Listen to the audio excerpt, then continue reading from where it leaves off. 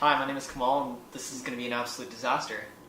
Hey there, all you random YouTube viewers. So I am here with Kamal, and yesterday I was here with Jamie. We were ranking the Harry Potter movies and Fantastic Beasts from what we liked the least to the most. Now we're gonna do the books. Okay, my number 7 is Chamber of Secrets. Why? It's just, out of all of them, it's Sorry. the most forgettable book for me. Uh-huh. Like, I enjoyed it. It was a good second book. Mm-hmm. Just like the movie was a good second movie, but like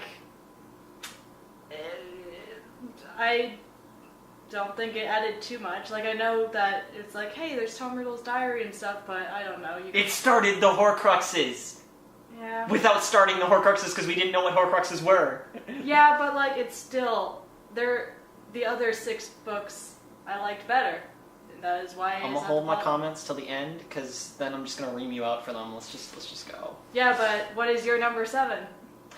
If I had to choose, honestly, it's gonna be either between the first or second part of the Deathly Hallows. Well, since it's the book, so If it's the book, it's only the book. because my issue is, out of all the books I read, I least remember the Deathly Hallows, to be honest, and it's the last one I read, which kind of speaks to me on a personal level, going like, so you didn't really enjoy that one for some reason, even though it's the freshest in my mind. It kind of contradicts itself, but I least like the Deathly Hallows just for that. I don't think it was a conclusion to the world of Harry Potter, but it wasn't like I liked through 1 through, I should say, 5, 6. They added more to the universe. I understand with every ending you have to, there is at some point where you can't add new things anymore. You have to resolve all the issues that have come up. But for me, I don't know. It's just when I enjoyed it, but I would keep it on the bottom tier. I think there are a few more rising stars than the others. We're going to have some words about the Deathly Hallows Here we go. later on, because right now my number 6 is Prisoner of Azkaban. What is wrong with you? What is wrong with you? First off, Buckbeak Well, sits to my heart. I love Buckbeak and I love Sirius Black, and the book was definitely better than the movie. Yes, it But- always is. Like, I don't know, I read the first book and like the last books the most, so it's just based, like, I've read it the least, along with the Chamber of Secrets. How can you be objective? What is wrong with you? Actually, Prisoner of Azkaban went really high on the movie list, didn't it? Here we go. Inconsistency. Here we go. Inconsistency. Okay.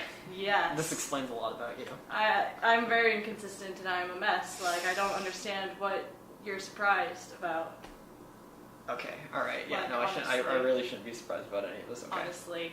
Like, I have Gryffindor merch, but I'm a Ravenclaw. Like, why are you surprised? She bought Gryffindor socks. Actually, no, I bought the scarf. If I had to pick a number 6, it would either be... Actually, I should say, it should be... I'm gonna say The Half-Blood Prince, to be honest. Okay. Alright, Yeah. we're on the same understanding. Yeah, for me, The Half-Blood Prince, it was great to see the... It was kind of like, that old joke of the princess is in another castle from Mario when you got to the end, because when they found the Slytherin locket at the end... Oh, by the way, just saying, it's not the real one. We're just messing with you. Alright, Psych. so all that whole build-up and the journey, and then, Yeah, actually. leads to nothing. Technically not nothing, because the story still evolves and we got to see a little bit of Sirius's, sorry, what was his brother's name? I'm forgetting now. Regulus? Regulus. How do We you got to- pronounce it? I'm gonna say Regulus. We got to see, one of his own followers find that character change and want to evolve from there and be like, you know what? I don't support you anymore. Let's do this. And he figured it out. And we got to see, more of the Black family, which I enjoyed. We got to see a little bit more history between them. But again, there was that feeling of, I kind of got robbed at the end there. Hey, like what? Like, it was a big point in Deathly Hallows, but like... No, yeah, and again, that adds to the world building and so on, which I'm down for. But I don't think I would fully agree with. Would it have been as bad if we found out that that was the real locket, but it would have defeated the point with Umbridge having it in, the Deathly Hallows and then having that whole battle in the Ministry and doing their thing, and I'm just like... I enjoyed the battle in the Ministry, but like not enough to say that it was entirely needed. So like if it was the real Locket, I wouldn't have been sad. Yeah. But it would have caused a bit more problems with the fact that the Locket made them really angry during Deathly Hallows, and them being angry right off the bat, like because of the Locket, would have just thrown the Deathly Hallows a bit off. So number 5, I have the Half-Blood Prince. Okay. Because, you know, like, villainizing Snape and stuff, it's just something that they've tried to build up since, like, the first book and stuff, and it's, like, the most predictable thing that could happen. And I know it's, like, gets turned around in Deathly Hallows and stuff, like, hey-oh, double agent. But, like, I don't know, it was just a thing. I enjoyed the parts of Slughorn, although I did miss Snape as the potions professor. You missed him as the potions professor? What is... Yeah, what? like, I enjoyed having other people as the defense against dark arts. Okay.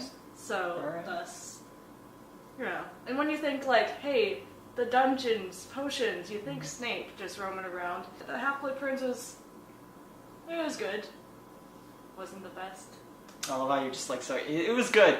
But was not. You sound so... It's okay. It's okay.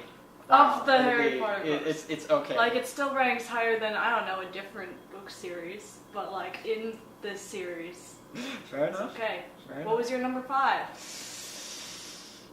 This is where I kind of get stuck, because when you reach number 5, you're like, okay, what was mediocre but still okay? Well, that's exactly. There you go. That's why you're taking the Half-Blood Prince. And I was just like, I would be stuck between... I don't want to say the Order of the Phoenix, because I did enjoy the Order of the Phoenix a lot, but it's between the Order of the Phoenix and the Goblet of Fire. Oh boy. Here we go.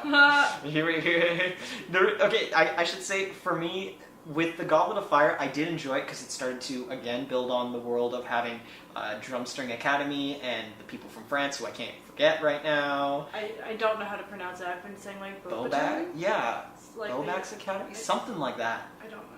But it showed, like, there were other magical schools. You don't choose a school. School chooses you, first off. It literally does. Like on Paramore, it says that there's like an enchanted quill. And the book has to both write you in at the same time. Or they have to be beside each other. Both like got the your quill name. comes to life, but if the book closes on it, it's like no. And Neville almost didn't get in. So. Hey, that's a whole other bridge we can talk about, but that's not the point. And then like, what did his grandma do? Like dangle him from a window, and then he was some magic. Well, the main thing was he was supposed to be his uncle. I think threw him off a deck or something. And when he fell, he should have killed him, but his magic protected him. Which I'm like, yo, pretty sure that's like child abuse, but you do you. Okay, sure. If you're really that, he could have died. Yeah. You're really tough. He could have killed what could have been the chosen one. Can you even turn it around? Imagine if Voldemort had chosen Neville, but then like he still didn't show any signs of magic, so like his family just threw him out of a window. One cannot survive while the other with the other. Yeah, so his family is the biggest enemy. Now he is the villain. No longer is Voldemort even relevant to the story. Yeah, that's how it is. So whoops. So wait, why was you said Goblet of Fire and Order of the Phoenix for the middle? Well, for Order of the Phoenix, actually, I liked how they referenced actually what was the old Order of the Phoenix. You got to see I'm a really big fan, I'm a really big fan of world building. The more you can make it feel alive, the more you can make people connect that it's not a brand new concept. This has been around for a long time. Yeah. This movement, this group has a lot of solid history to it, and it has definite explanations. Your parents we can see how Wormtail, aka the biggest rat ever. Hey, that's the fun. You can see where all of these stories came from and how they came together. And I'm like, I really enjoy that. That is part of stories that I find the most enjoyable. But the reason why I put it in the middle, I was just going, hey, it's so cool, it's so great, was that in Order of the Phoenix, the main storyline from start to finish is Harry comes back into, I should say, the magical world after being literally cut off from everyone. That's true. That I didn't enjoy. I'm like, all right, he's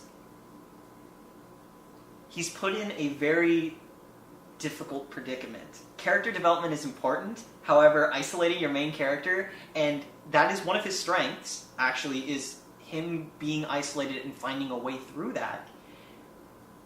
I don't feel that was the right move at that time.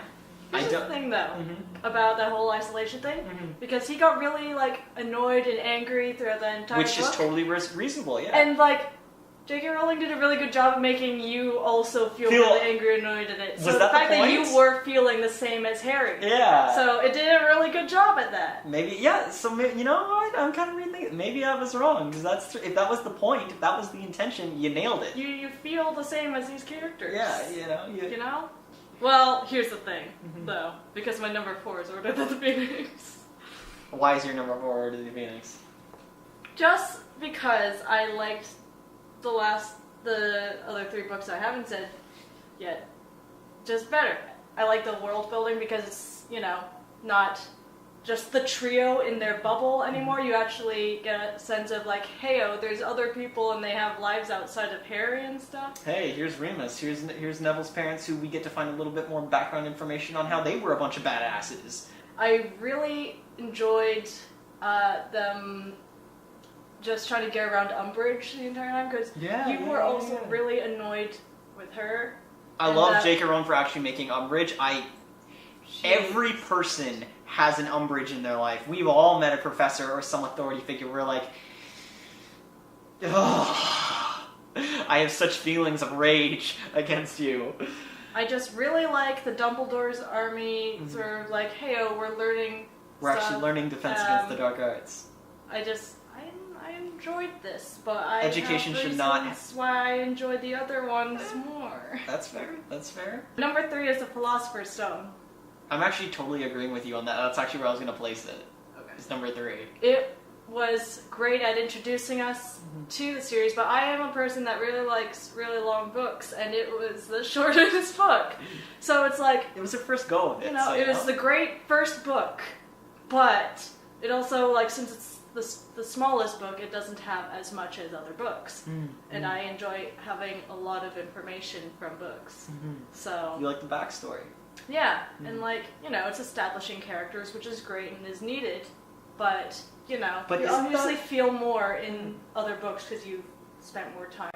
But isn't that the whole point, though? She wanted to make a short and sweet entry. It's a kid's book, just to get you introduced. For me, that exactly is my explanation. Is it was your first entry.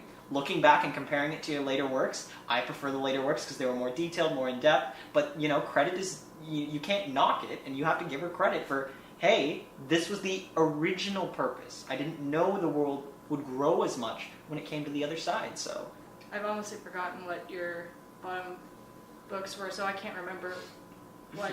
I don't Deathly know. Hallows. It was the closest to the bottom. Okay, well, my number 2 is Deathly Hallows. You need to explain that to me. You really do. I can't see. I just enjoyed the wrap up, and it was like, because it took all of the characters. Like, you got Lupin and Tonks. They had their kid, you know, and which you didn't get in the movies. You didn't get. He's not real in the movies. And you appear. didn't get that whole like Lupin and Harry having that fight, but then Lupin going, "Be the Godfather," and I thought that was a really good sort of like, hey, oh, they fight, but they're still friends sort of thing. I enjoyed that in the book. I enjoyed the Percy Weasley redemption arc. I enjoyed the amount of importance they place on Fred's death in the book. You know? That was kind of a major dramatic thing, hey? Yeah, that they just glossed over in the movie. In the movie, you can't tell which twin it is. Yeah, no. Until they tell you. Like, okay, think about the movie and that, the whole Fred George death thing, because, like, they're wearing different colored jackets, and at one point, George addresses Fred, so you know which one is which, and then when Voldemort's talking to everyone via the mind, I don't understand how he did it. You see a shot of one of the Weasley twins being disarmed, and everyone's like, that's the one that died. But no, it's the other one. So you don't even see anything of his death other than that he's lying on the stretcher. Fun fact: they said that would it be James? The one that plays Fred. Fell asleep during that scene when he was in the Great Hall. He woke up and they had all gone to lunch. Nice. So while the other one had to act real sad, like, hey-yo, my twin's dead. The other one was just sleeping away. So anyway, that's Acting. just an aside about the movies. But like, I enjoyed the wrap-up. I don't know, I just enjoy a good wrap-up, because like, so many series, like the last book or the last few books, Turns like, to trash. it ruins the entire universe, but this did not ruin anything. So, I highly enjoyed. What's your number 2? Number 2, I would have to say, is The Prisoner of Azkaban. I really see, like, this is the Okay, thing. I okay. kept it high because I was really down with it. You got to see a little bit more of the Ministry. You got to see how, I don't agree with how they, like, again, world building, and you got to see more redemption coming from Sirius, showing that, you know, everyone thought he was the murderer who killed everyone off, and then we got to see more of the story. See, Harry is the main focus of the story, which is fine because he's the central character. However, like you said before, there is more to the universe than just besides him. A lot of stuff happened beforehand. A lot of stuff's going to happen after him. We got to see a little, like in the book, we got to see the explanation of he was originally going to be the secret keeper who everyone thought it was. But in the later ends, we could see that no, it wasn't him actually. And if you look at the details of it, it was originally Wormtail, and how that came to light. Technically, the truth never did come out, but as the audience, as the reader itself, you got to see, yo, this was some serious activity that was going on beforehand. Is it Order of the Phoenix? Because I'm reading that right now. They did, the minister did say, oh yeah, it turns out he was innocent when he's talking to the Muggle Prime Minister. I must have glossed over it, yeah. That's like at the beginning, which I wouldn't have remembered if I hadn't reread it quite recently, because Fudge is like, hey-o, Prime Minister, here's all these problems, and the Prime Minister is like, oh, is it Sirius Black? And he's like, oh, actually, he ended up being innocent. He's like, well, what? Fix things. And he's like, oh, you don't think that I'm actually still Minister for Magic after all this? You know, it's kind of a disaster going on through the whole thing, you know? You don't think that they kept me after I let the Dark Lord just walk into the Ministry, literally say, what's up? kill Sirius Black, who ended up being innocent. You know, school children were attacked in the Ministry. There was zero security anywhere. I'm good at my job. I don't Know what I'm understand how, like, the Department of Mysteries is just completely unlocked. Like, it's a maze, but why is it unlocked? You think that the epicenter of all magic would have, yo, you guys got like hired security or something? My number 1 is Goblet of I Fire. don't understand. It's cool, but it's cool. It's okay. All right. So, because like, I really like how they brought in other schools and stuff, because I didn't really think about there being other schools until that point, but it makes sense that there is. So I enjoyed their interactions with other schools. I enjoyed the tasks. The maze was a lot better in the book. They had the whole Sphinx and what was it? The ground that turned you upside down or something? I don't know. There's just a lot more in the books and the movies, obviously. But you know, Voldemort coming back. That was when you actually went, hey-o, there's actual consequences. It isn't just Voldemort on the back of like one person's head, like he's here but not really here. Yeah. And like, was Voldemort a focal point in the 3rd book at all? Like, I know the 2nd book was like, hey, it's the memory of Voldemort. What was he in the 3rd book? No, he wasn't the focus. So you kind of, you know, he petered off a bit, but then you're like, Surprise. oh man, there is an actual real world consequence, and that's sort of the turning point where the series turned a bit darker and stuff, because they're like, hey-o, he's physical, he can use his wand now. Here we are. You have literally resurrected the darkest person ever of all time. I think, Here we go. I feel like Goblet of Fire was a turning point where it went, hey, this is a whimsical universe with some danger, to this is a dangerous universe world that has some whimsy. Like, it turned right there, and I just really like whimsy. I enjoy dark stuff too, but I just really enjoy whimsy, so that, like, turning point is like, you know, consequence, but there was still a lot of fun stuff throughout the rest of the book, so it was still way up there. For my number 1 pick, I wanted to go with, you put it down lower, but I liked the 2nd book, which is The Chamber of Secrets. just simply because this is where I become non-impartial, not very impartial, because it was the first one I read. But the reason I really liked it was Why did you read that one first? it was the first book I picked up. I really enjoyed that it showed true aspects of each character. When the Polyjuice Potion needed to be made, they conclusively figured out, hey, yo, where can we brew like a potion for like 3 months where no one can find us? Let's go to the girls' bathroom that literally no one comes to. Again, that was a unique aspect only Hermione could probably figure out. Why? Because how to make the potion, where to put it, that's literally no one's going to find you. And the arc where, you know, she accidentally gets the cat hair instead of it showed, like, even if you're smart, even if you're intelligent, these are still just kids who make mistakes and can't really figure things out. Like, this was, like, you would think that taking every aspect, her reading over the texts and whatnot, and basically being one of the smartest people to be alive at that time, you would be very precise and careful, but even she can make mistakes. The list of our favorite books and movies will be put somewhere at the end of this video. If anyone's made it to the end of the video, it's past half an hour, so yeah. And Cursed Child is at the bottom. We all agree on the Cursed Child is at the bottom. I enjoyed the friendship that happened between characters, and that's it. I hate what they did to the candy cart lady. I hate that there's a Voldemort's daughter, and they broke the time travel rules that they established. I'm just gonna kind of like take a step back because you got a whole issue in the time travel thing. I think it was done expertly, and it was totally thought through, and it's a solid storytelling mechanic. A solid storytelling mechanic. Time travel. Want to know what actually does have a great time travel story mechanic? Doctor Who. That's what. And this is You're just gonna hide under your blanket. It'll make everything better. This is the end of the video. Goodbye.